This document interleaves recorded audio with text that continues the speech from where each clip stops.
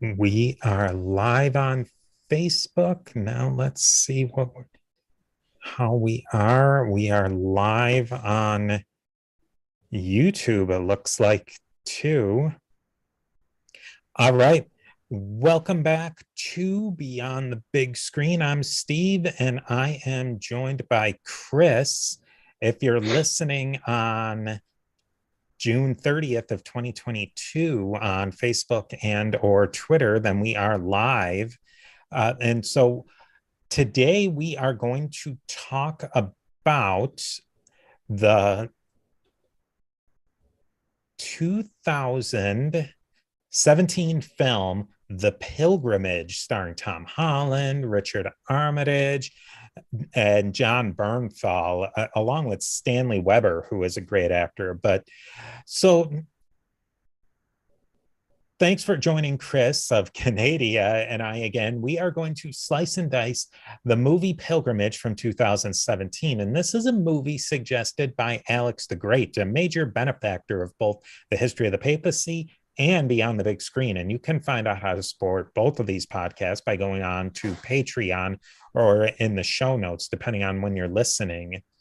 Now, the plot of The Pilgrimage is pretty simple. It's a bunch of Irish monks. They're living the monk life somewhere on the coast of Ireland in the early 1200s.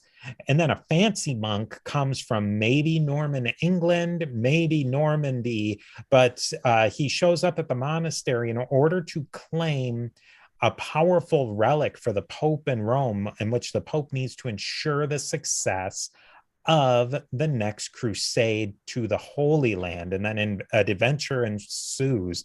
Did I miss anything major there, Chris? No, that pretty much sums it up. It's a pretty simple plot. Now, we're going to kind of do this in the classic, at least in classic and beyond the big screen terms of the Hollywood hates history approach to this movie, as popularized by Scott Rank of History Unplugged and me. We'll share what was good and what we liked, what was not so good, and maybe try to come up with some sort of consensus of whether Hollywood hated history or loved history in this movie. Maybe we'll come up with something else too. And we'll also talk about maybe some ways that we could make this movie a little better. One last thing is that I highly suggest you go back and listen to the extensive series of Irish and Celtic Christianity series I did with Dr. Carly McNamara of the University of Glasgow. That series 117 on the History of the Papacy podcast. And I think you'll very much enjoy that series. And this movie sort of fits into that series kind of inadvertently, at least probably for the filmmakers. So links to all of that again and more can be found in the show notes. Now, Chris, what did you find good about the movie? Uh, I like the music a lot. I really enjoyed the cinematography and the setting. It's a beautifully shot movie. Um, those are the first two things that really grabbed me. But I mean, I enjoyed the some of the action scenes in the movie too. They were very, let's say, realistic. It's a pretty graphic movie actually, even though there's not a ton of violence. And I liked like some of the bigger questions that it was trying to tackle, but we'll get into it a little bit later. But maybe they could have done it a little bit differently. For me, what I really liked about the movie was it was beautifully shot, and I really liked they got some details correct that were really interesting, like the monastic tonsure. That's basically how monk's hair is cut. They clearly show Brother Giraldus with the Roman monastic tonsure. That's kind of the old friar tuck of the ringlet of hair around the outside, and then it bald, shaved bald in the middle. And then if you look at the Irish monks, they have essentially just a narrow strip of hair cut off of the front of their heads. And I thought that was a really nice touch that they did with that aspect of it, that clearly somebody was paying attention somewhere. And then I love that the use of language, they used Norman French, they used Irish Gaelic, and even a little bit of Latin on top of the English. And then like you were saying, just a beautifully shot movie. And it was really um for me, at least as far as the film goes, I loved the acting from the very unsung French actor Stanley Weber. I also liked one last thing is that they mentioned the disastrous, at least disastrous for the Eastern and Western Christian relations of the Fourth Crusade, which was supposed to go to the Holy Land in 1204. And this movie set in 1209. And that crusade, they didn't really want to wind up going to the Holy Land, so they went and sacked Constantinople. And I thought that that was pretty cool that they brought that up. It is a nice little touch in the movie because the Norman Knights are presented as being kind of like invaders to Ireland, which they were. Um, and one of the themes in the movie is like the questionable motives of some of these soldiers, and it's nice that he's bragging at one point in the movie, the head Norman Knight, he's bragging about what happened at Constantinople, like he thinks it was a good thing. And I don't think generally even people who lived at the time, maybe they really didn't understand exactly what was going on, but it was kind of like, even at the time, it was like a black stain on the Crusades where it's um like, really, we just sacked a Christian city, the Yeah, Christian city. yeah. I mean, I could see it, that one character who said that, like he may not have thought it was a big deal, but it really was a disaster. It's, yeah, just generally embarrassing for the Crusaders, really. Like, you're going there to conquer the Holy, but it shows too kind of the mission of the Crusades, how maybe initially when it first started, it was about stopping Muslim expansion and reacquiring the Holy Land for Christendom. And then it, over the course of the years, because there's obviously more than one crusade, um, those motives got muddled, basically. And, to the point where, they were slaughtering villages of Jewish people and had nothing to do with what was going on in the Holy Land. And, I at the end of it, they're sacking probably the greatest Christian city that ever existed, well, at least right next to Rome. They're sacking Constantinople, way worse than the Muslims never even did that. Yeah, I mean, they did it later, but at the time, they hadn't even done that. I think that, well, when we watched the movie, when I watched it, I have to say that up front, I did not like the movie. I wouldn't say I didn't like it at all, but there was a lot of the parts of the movie that I did not love. And you came into it with a very different idea. What did you like about this movie on your first blush? I Like I said, like the cinematography, some of the big questions that they were asking, the music, yeah, especially it has like this music that kind of goes throughout the entire movie and it doesn't really stop. And when I was initially watching it, it reminded me of another movie that I really love that I think will eventually down the road will end up doing is Valhalla Rising. It definitely has that type of feel to it. And if anyone's seen Valhalla Rising, it has a very kind of unique feel to it. And yeah, like I don't know how quite I don't know. Give me a second here. I'm trying to think. Like,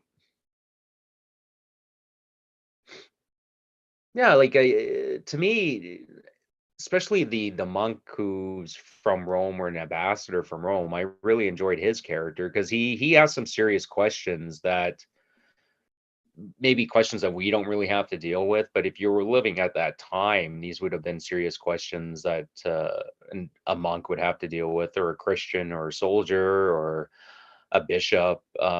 He mentions, and I haven't seen too many movies of this kind of nature really deal with this. He mentions to one of the other monks, I can't remember right off the top of my head, like, well, who's gonna pray? Like, these soldiers need us because they need us to pray for them, because in the service of doing what they're doing wicked things. And but we need them to do these wicked things in the service of the church, in the service of God, in the service of what is good. And I know in the early church this was a very big issue, and there was a lot of debate going back and forth, and eventually they ended up settling on something kind of like the just war theory. But I mean, it really does, tackle that main issue is, like, should we be praying for these men? They're doing wicked things. Or should we be just leaving it totally up to God? But one of the other monks points out too that, I mean, we live in a fallen world. There's never going to be peace. There's just constantly war everywhere.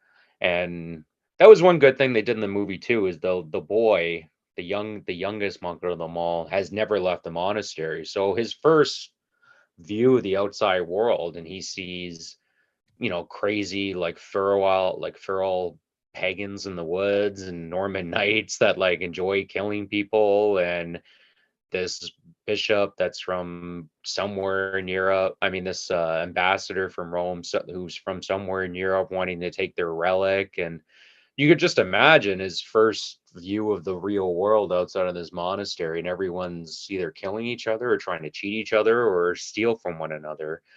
But he's seeing the world as it actually is, right? Since the fall of Adam.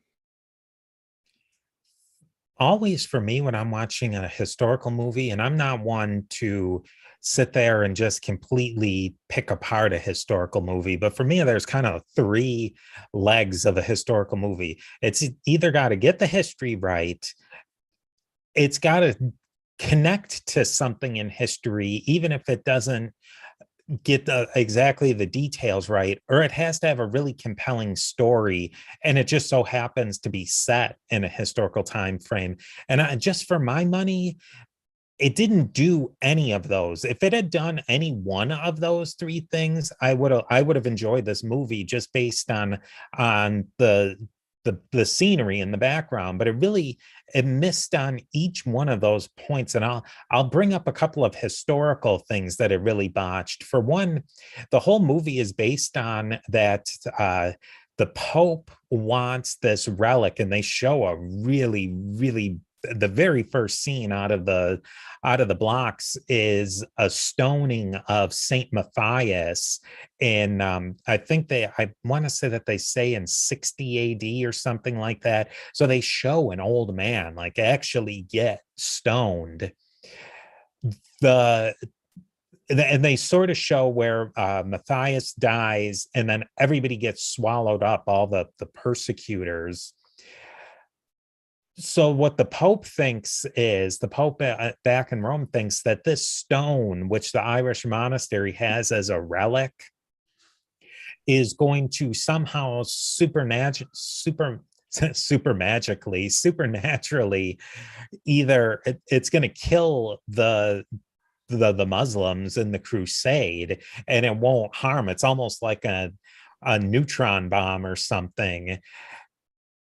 That really stretches Relic, even Relic and belief in the West, that in a lot of ways got wacky.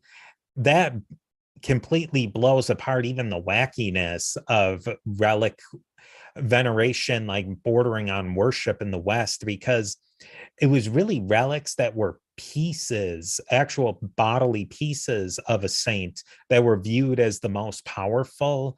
And because it was so hard to test the provenance of a relic, it almost was impossible to know what was really a true relic of something that a saint touched.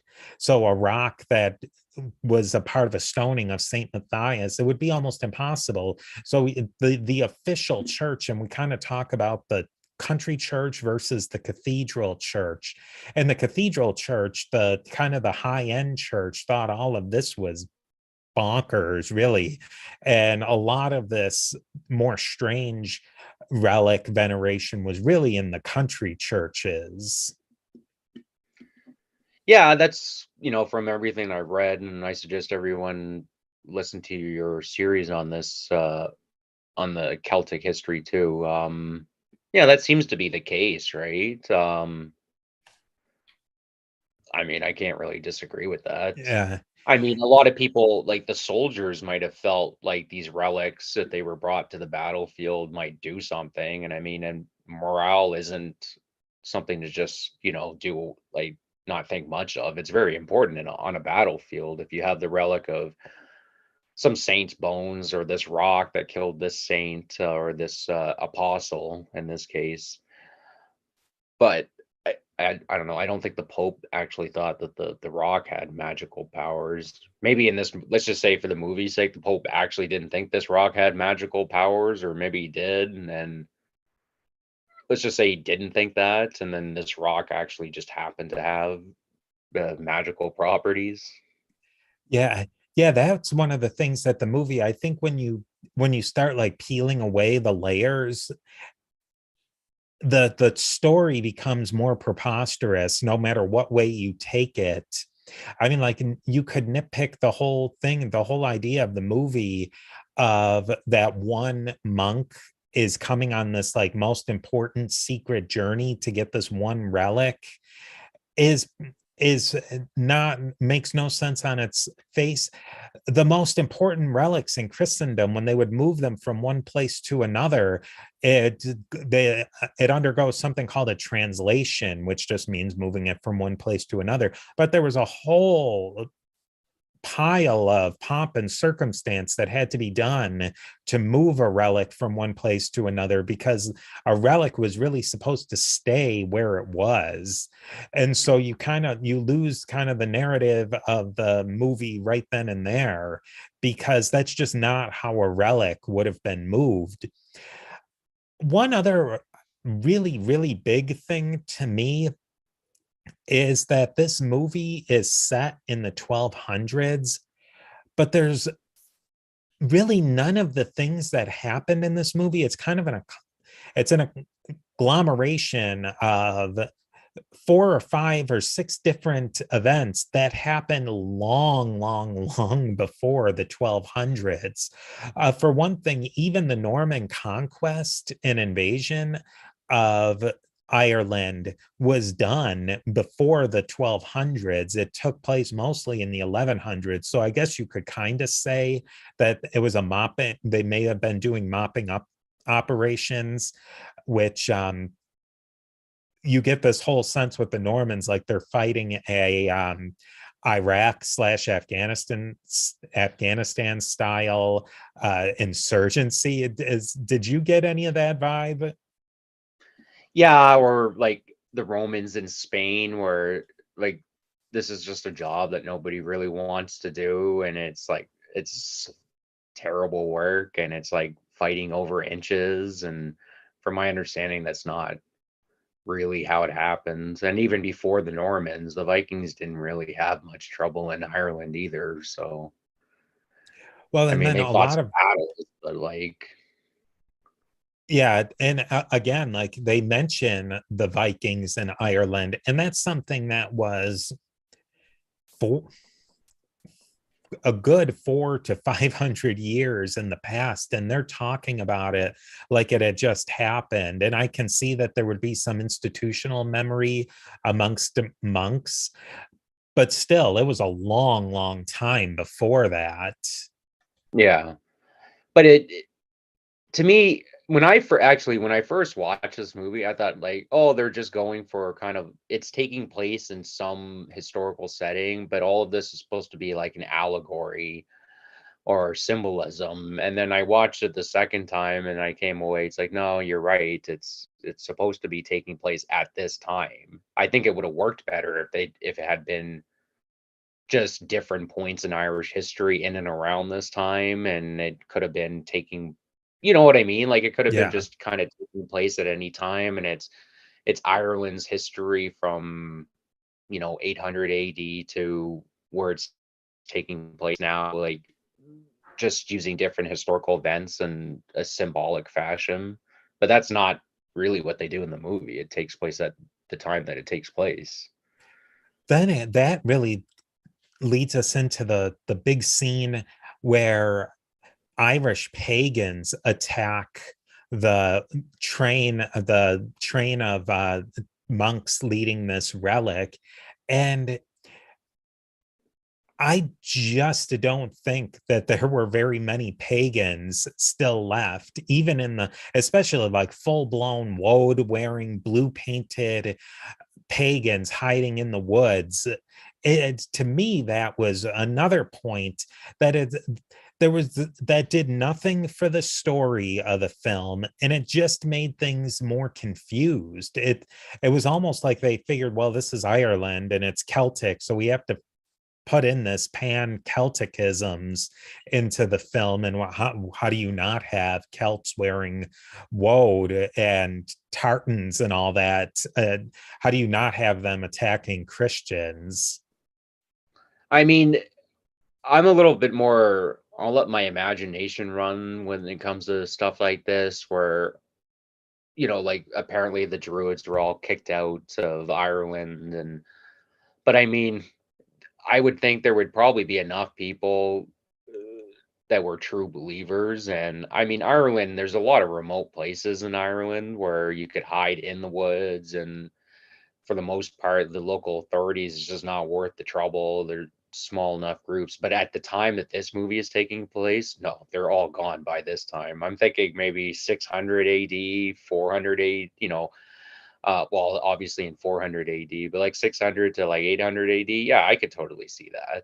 And maybe people wrote about it at the time and, stuff just gets lost. But I could see it lasting quite some time because, Druidism and Celtic paganism was around forever. It's not something that's just going to go away quickly. It probably hung on for a little bit, but by the time, like I pointed out, when this movie's taking place, I don't know, to me it's a stretch that there would be some like feral pagans in the woods, but I mean it's possible. I'm not gonna dismiss it out of hand. It's just I find it unlikely. What I would think is, and I would really, again, encourage people to go back and listen to that series because Dr. McNamara is the true expert here. But the way paganism, I would think you would be a lot more likely to find maybe a farmstead or a really small village of a couple of farmers who are hanging on that are nominally Christian but are still pretty much pagan at heart. But to have a whole complicated, complex village, which clearly has a chieftain, is really preposterous to me, at least by the 1200, because you need to have a village that's a functioning village of that many people. You need to control land. And the Christian kings of Ireland and the Vikings who have long turned into Christians, they've been running the show. Nobody existed in the Middle Ages completely independent of everybody else. They were all very intertwined, and anybody who's going to have any sort of wealth, like wealth even as simple as having a house and a village, has to be tied in with the bigger world, even the bigger world of southeastern Ireland. And to be tied into that world, you had to be Christian. You weren't going to be some oddball pagans hanging out. But like you said, if it was 800 years earlier, even maybe as much as 500 years earlier, then maybe we're talking. Yeah, just because it just seems more believable. It seems somewhat more believable. And I mean, me and you were talking about this during the week too. Like the Druids didn't write anything down. So all these traditions would have had to been passed down orally. But me and you were discussing, and I said, I find it hard to believe, this is my nerd talking. I'm like, I find it hard to believe that there wasn't like some stuff written down somewhere. And it was like like the secret within the secret or what have you. And because we do have a little bit, not much of anything really, but we do have like a little bit of how do you pronounce the word for the alphabet? Starts with an O G Oh, Ogham. yeah, it's something like that.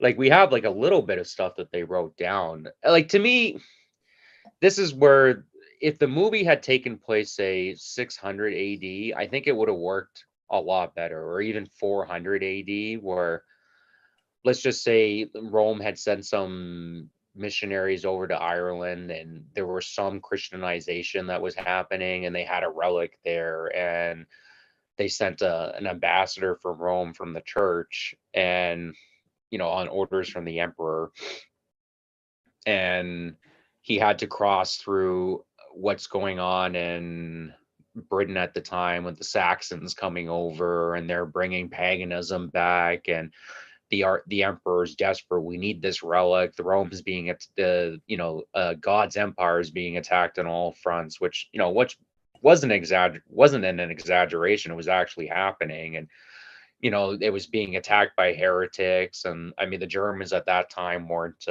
well, some of them were pagans, but mostly the ones that were attacking Rome were Arian Christians, but which is a heresy. And there was probably a lot of pagans in there too. They weren't going to just kind of give that up right away. And we know of that for sure because the Vikings were still pagans when they came along. So, like, to me, that would have worked much better at that time, because like the whole Druid thing would have made a lot more sense, because Ireland still would have been pretty much pagan at that time. And um the relic, like this last desperate attempt, the super weapon relic that maybe the emperor might thinks might change things around, would make more sense. Are you in agreement with that? Yeah, absolutely. I think that the first thing that I would definitely fix is just moving it back to 500, maybe 600 ish would have made a huge amount of difference. That if somebody from Rome came, and I think that could have brought up some interesting points that the Romans never did conquer or have settlements in Ireland or colonize Ireland. So you would have had a lot of conflict baked in right then and there. But in a way, to counter that point, they really did make that movie. And it was the King Arthur with Clive Owen from, I want to say, about 2003 or 2004, which I think did that pretty well. And I think it did it better than this movie, Pilgrimage.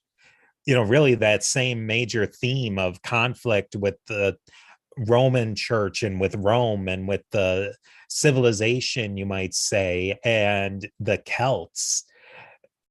This movie, it was all just too muddled up to pull off what was essentially a chase story of these Normans chasing down with not even, they weren't even doing it with any sort of official uh what you might, I guess you might call it, official orders from the Normans either. It was rogues, the count or whatever, or baron's son, just trying to kill all of them for some reason, because he was kind of like a proto-atheist. What did you read off of the son who was trying to kill all of them?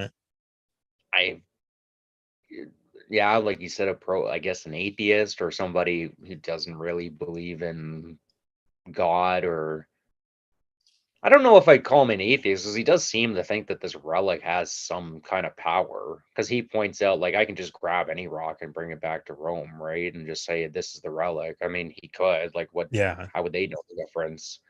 Um, so he does seem to somewhat believe in this kind of relic, but it's almost like he has a perverse view of Christianity. Is the best way. Like, he seems to revel in the violence. There's a couple more points before we can really talk about how we would change this up. And there's a couple of more points that I think are worth bringing up. One is, I mean, this is kind of a minor issue, but the monks in the early scene, they show them doing their mass in Latin, which would have been accurate. One thing they do, though, is they take communion in the hand, meaning that the priest puts the bread into their hand and then they pop it into their mouth. And that was not common until the 1960s, after some changes that were made at Vatican II, the Council of Vatican II. That would have been completely unheard of, even in a monastic house. So that's weird that they would get some other details straight, but mix that up.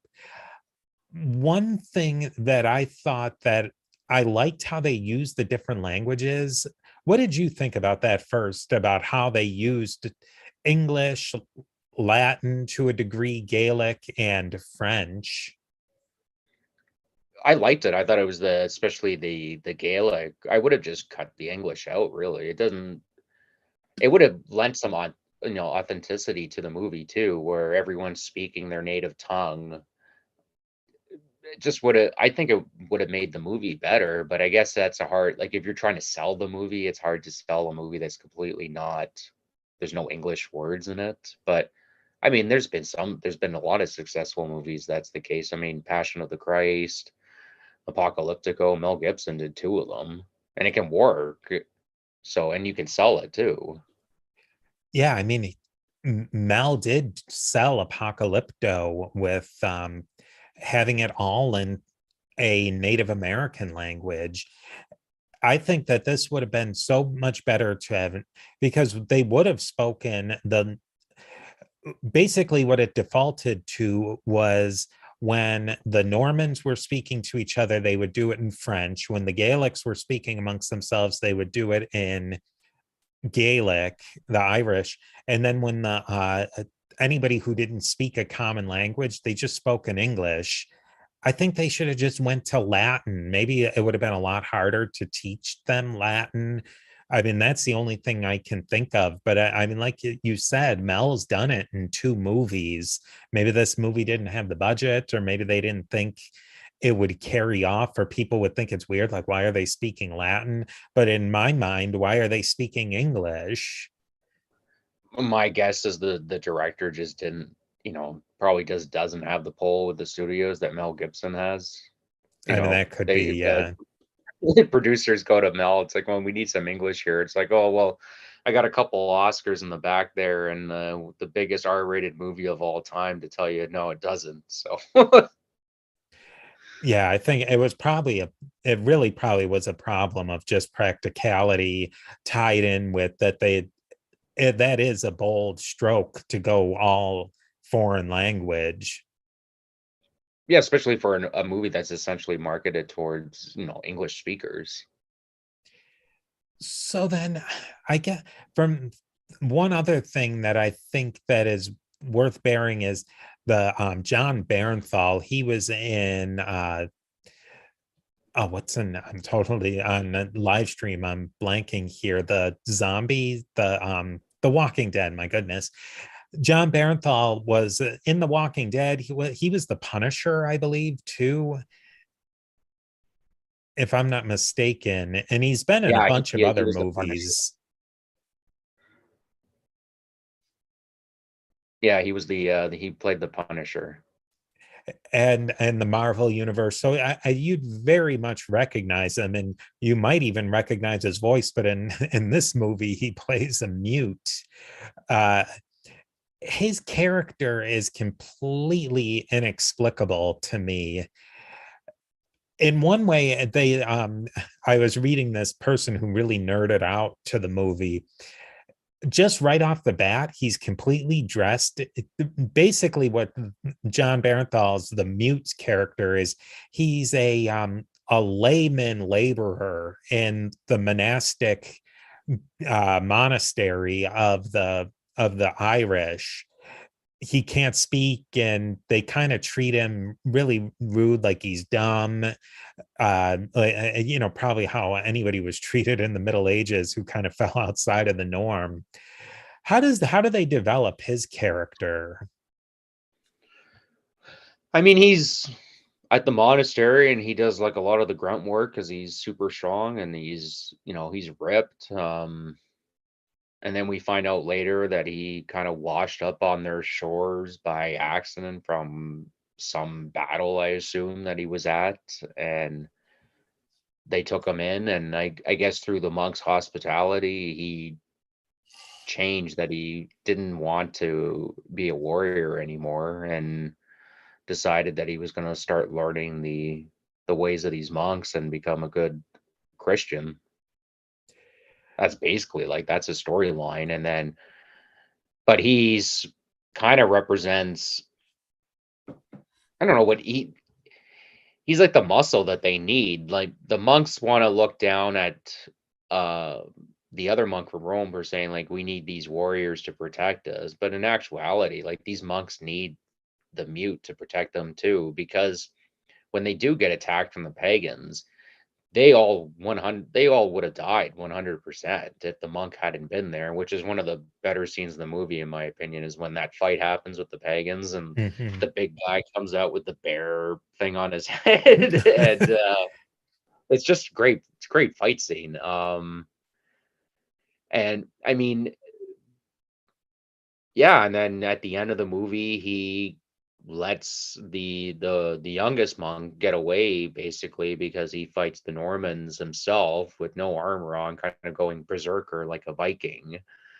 And he says one word, and the one word is when he is right near the guy, he thinks he's got him dead to rights. He's stabbed him with that arrow pointy thing that rips out your guts. Yeah. He just says like, "Who are you?" And he says, "Hell," and then he bites his neck off and rips it off, which I thought was really cool.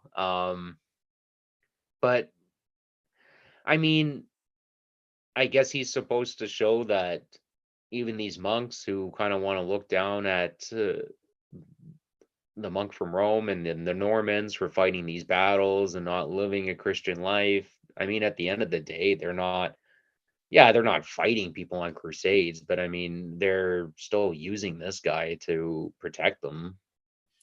I mean, that's what I got away from it. And then, in a sense, that this mute is kind of he's a demon, really. Like he's a demon.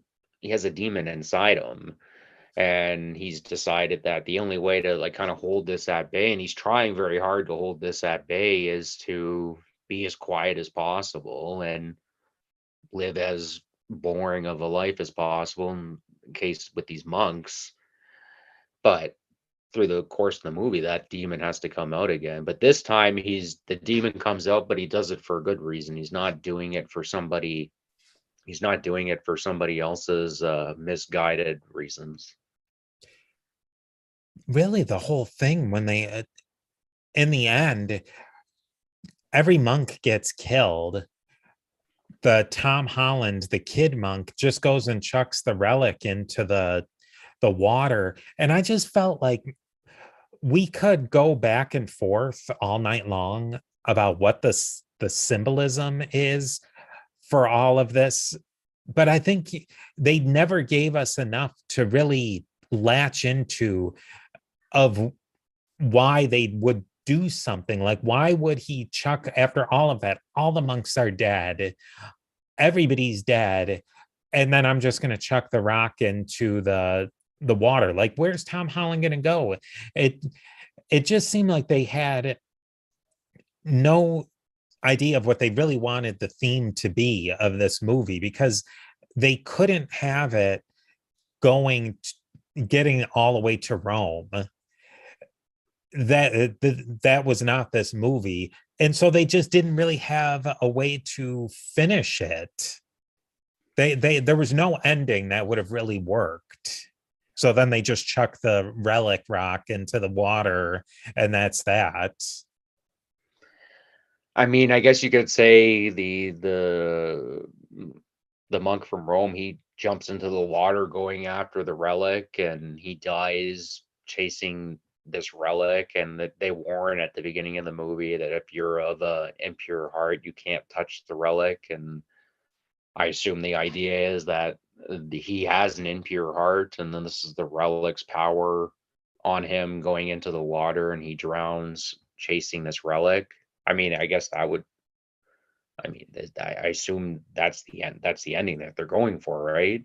Yeah, But and like you along, brought up, like they brought up a lot of themes. We haven't even touched on the Irish like nationalism that's like throughout yeah, this entire movie. We haven't even touched it, and it's like one of the more, I guess, heavy-handed aspects of the movie. I mean, we can talk about or not talk about it. It doesn't really matter. But I mean, on top of all of the stuff that we've been talking about, there's a huge theme of Irish nationalism and throughout this entire movie. yeah. What are some of the ways that, at least one that shows the Irish nationalism is that they're jealously guarding this relic and it's to the point where they're hiding the relic. In most monasteries, they made a lot of money off of relics. And a poor monastery in the backwoods of Ireland, if they had this major relic, they would be promoting it to get pilgrims to come to their monastery and stay, give money, everything. Like that's how that economy worked. But like you were saying, for the Irish nationalism aspect, it's kind of saying like, oh, Rome and the Normans and the by proxy the English are trying to take what's Ireland's.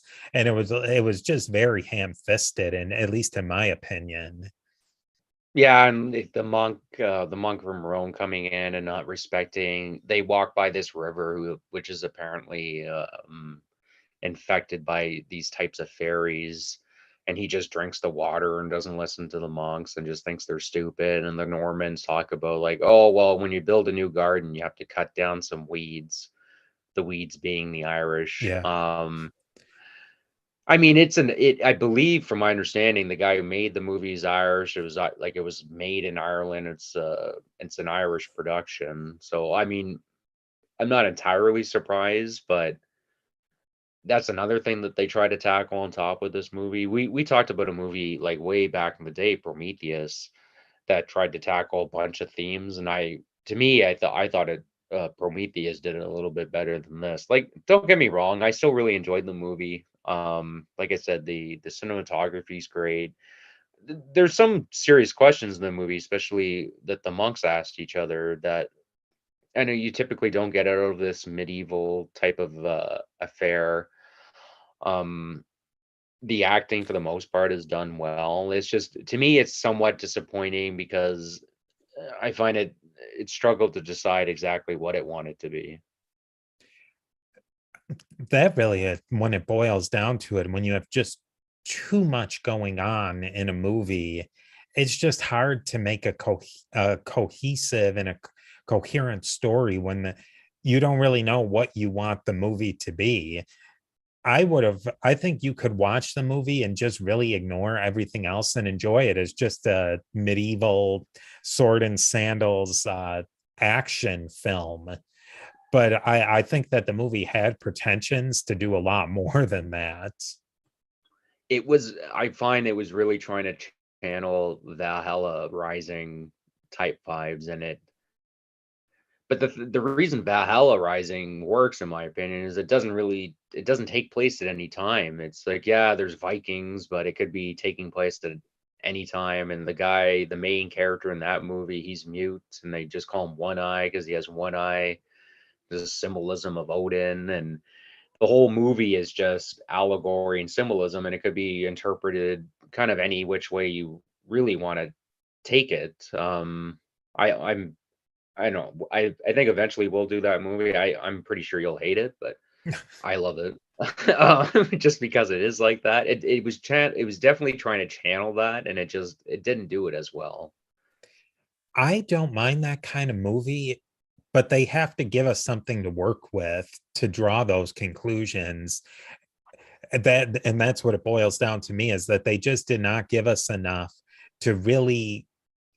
I think it has to be given to us more by the director of what the director wants us to take out of it. And then we can go from there and take more out of it. But the filmmakers have to give us something to draw all these big conclusions out of. And this one just that's where it really fell flat.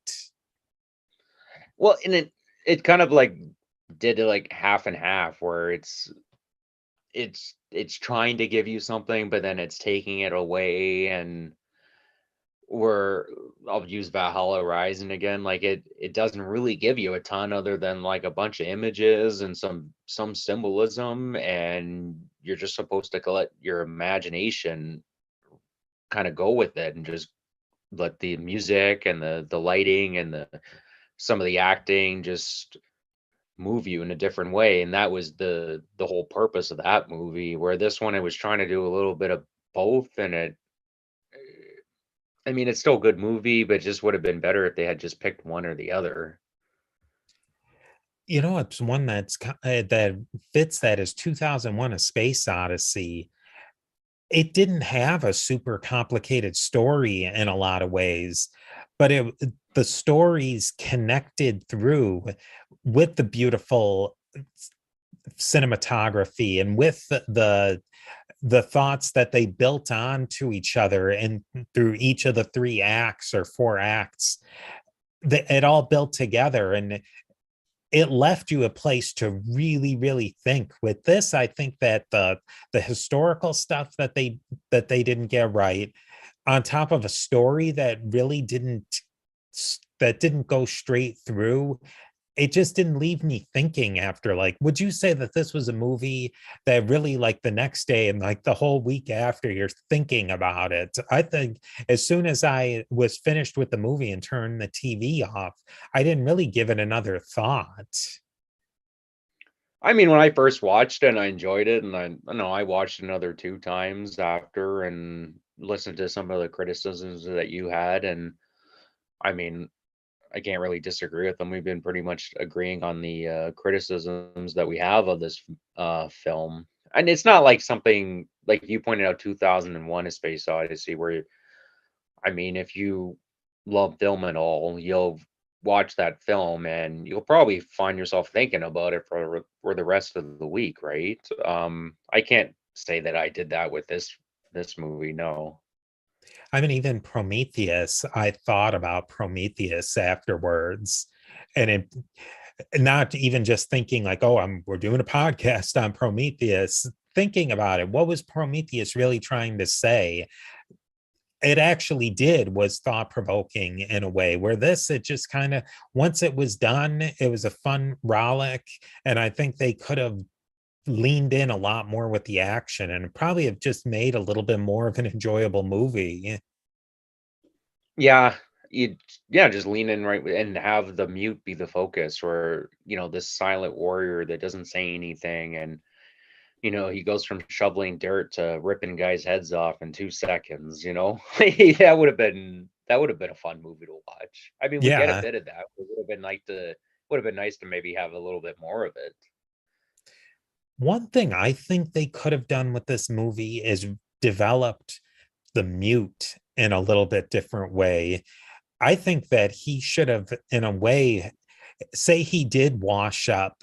They could have given him a little bit more of a background story. I think that his muteness, he shouldn't have been a mute. In the movie, at least how I took it, is that there was something physical that was stopping him from talking.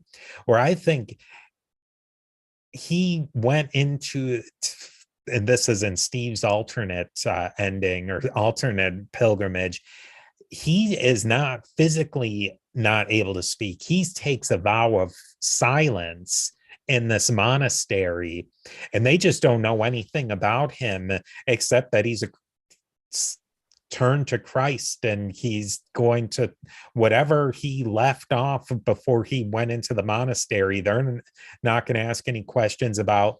But through the Normans, and I felt throughout the movie they started giving hints of this. Through the Normans, we learn that he actually was a Norman who killed Irish and who killed in the Crusades. And that maybe makes conflict with him with the Irish monks, along with the fighting conflict with the Normans. I think that could have been made this a fantastic movie.